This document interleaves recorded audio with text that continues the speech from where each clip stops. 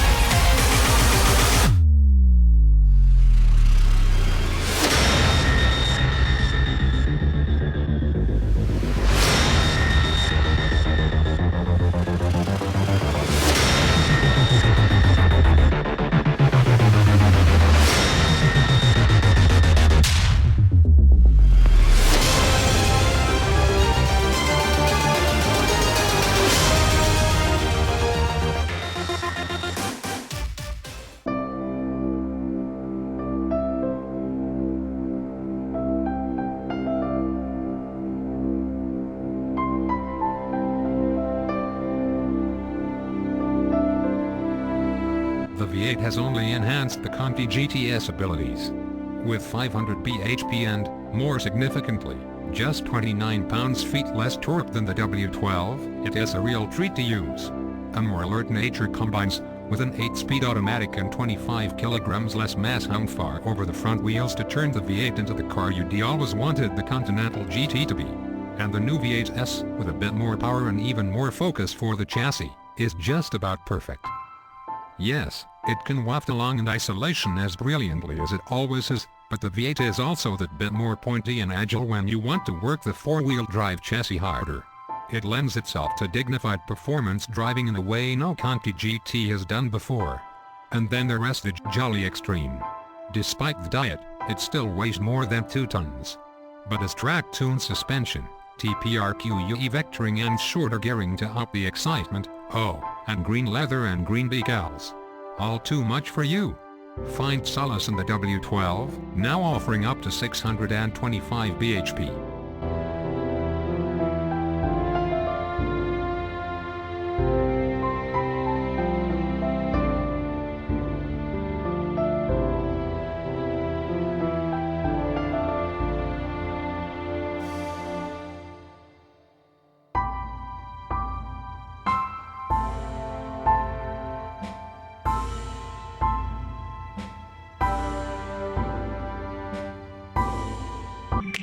The chop-top 458 Spyder really is everything you could wish for.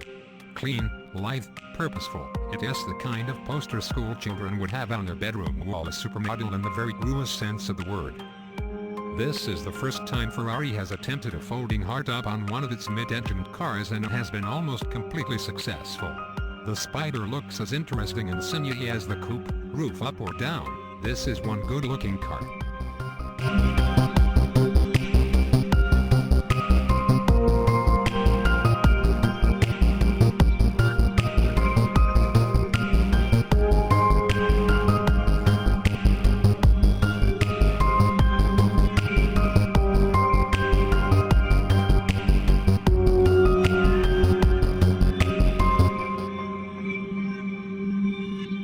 Without a roof in the way, and with a retuned exhaust to maximize the lack of barrier between tailpipes and ear, the 458 Spyder sounds like an F1 car with its walls dropped.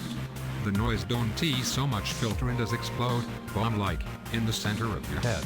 It is so loud and penetrating it stings. And the Specialia, with its howling 605 bhp V8. Absolutely stunning.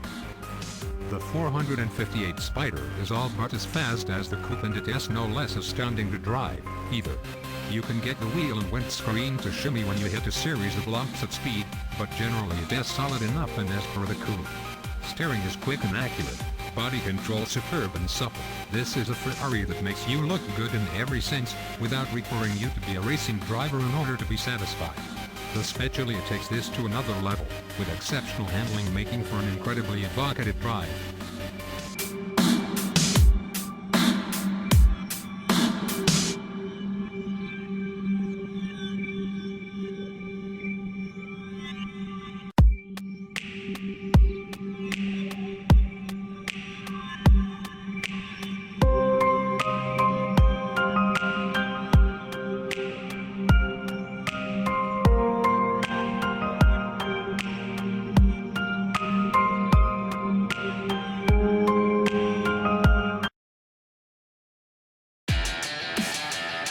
Quite what it was supposed to be.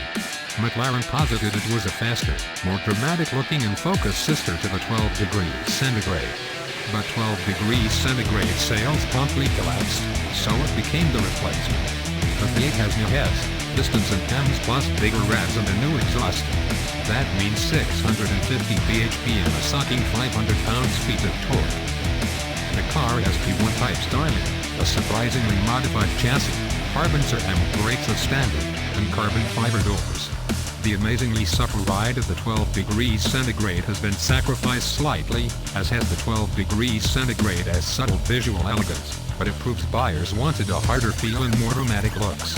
The 650S certainly delivers on all those scores. Choose a middle gear, settle into middle revs, and prepare to be flabbergasted. floor of the throttle and the McLaren's newfound surge is Stygian, a mountain of mid-range turbo-de torque that blends into a cascade of glass-sharp power searing towards 8,500 RPM. This is performance at a level well beyond any V8 Ferrari or V10 Lambo. The McLaren's engine now lacks little aggressive throttle response or aggressive sounds. But impressive as it is, the engine is the best thing. The chassis is. The steering reveals more feel than ever, and the roll control system is responsible for stunning responsiveness and balance through slow corners or fast.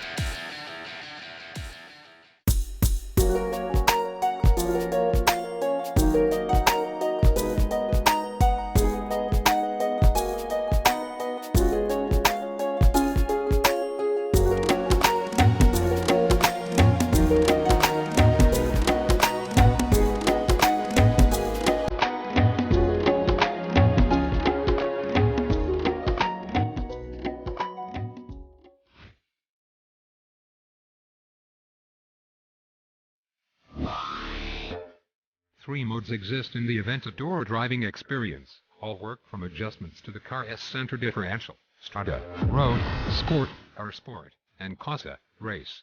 Strada is full of lazy changes from the 7-speed ISR box and relaxed as the Aventador ever gets suspension settings, throwing up understeer more often than not. Sport is the best compromise, allowing a little slip from the rear and snappier changes, while Cosa is a full-on track mode which smashes changes and turns the Aventador into a lunging, scary, smoky monster. The Graciano gearbox is new, ISR, independent shifting rods, works a bit like a DSG, meaning that shift times in Cosa mode can be as low as 50 milliseconds. The brakes are exceptional carbon ceramics, hauling the 1,700 kilograms car down from 3-figure speeds without fuss. The steering is positive and accurate and the body control fabulous. But it never feels small, and one would assume will be a bug or two.